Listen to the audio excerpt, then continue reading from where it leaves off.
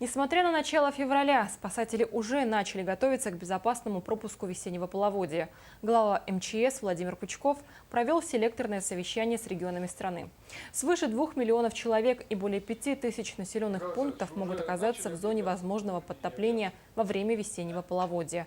Наиболее сложная паводковая обстановка ожидается на Алтае, Иркутской, Кемеровской, Новосибирской областях, Ямало-Ненецком и Ханты-Мансийском автономных округах, а также в Якутии, в бассейнах рек Лена, Алдан, Амгай, Вилюй.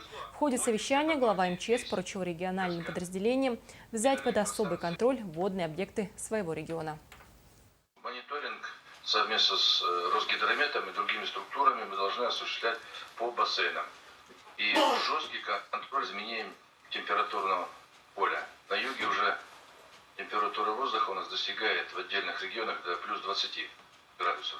Поэтому уже сегодня вы должны каждодневно работать органы управления и силы. Профилактика, предупреждение, управление рисками. Это первое. Второе, я попрошу еще раз проверить готовность и федеральных структур, выборочных субъектов Российской Федерации, выполнение всех противопаводковых мероприятий.